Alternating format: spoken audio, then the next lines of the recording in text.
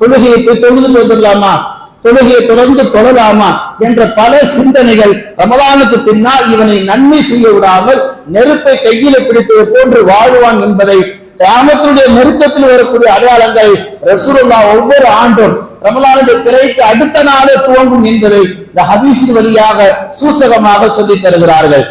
அதற்கு ஏற்றால் போல்தான் இந்த உம்மத்தும் இருக்கிறது. ரமலான் காலங்கள்ல நம்மளுடைய நடவடிக்கை கவனிச்சு பாருங்களேன். எந்த ஆலிமும் யார்ட்டையும் போய் தனியா உட்கார்ந்து ஒரு நேரம் பயன் செய்யல, நீங்க பள்ளிக்கு வரணும் அப்படின்னு.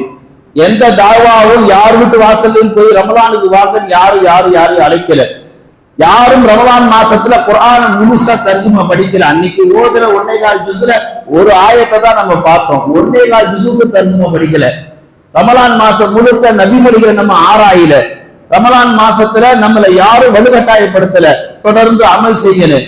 இப்படி ரமலான் மாசத்துல யாருமே நம்மள கழுத்தை பிடிக்காத அளவுக்கு தொடர்ந்து நாமளே எல்லா அமல்களும் செஞ்சோம்.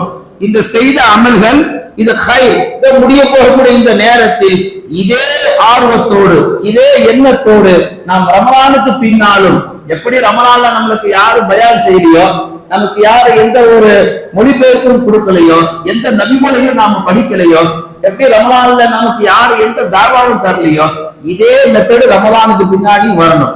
என்ன ஆகுது? அடுத்த ரமலான் வரைக்கும் ஏறக்குறைய ஓராண்டு காலம் இந்த உம்மத்திடத்துல தொழுகைக்கு வாங்க கத்தாத குறையா கத்த வேண்டியதாக இருக்கிறது.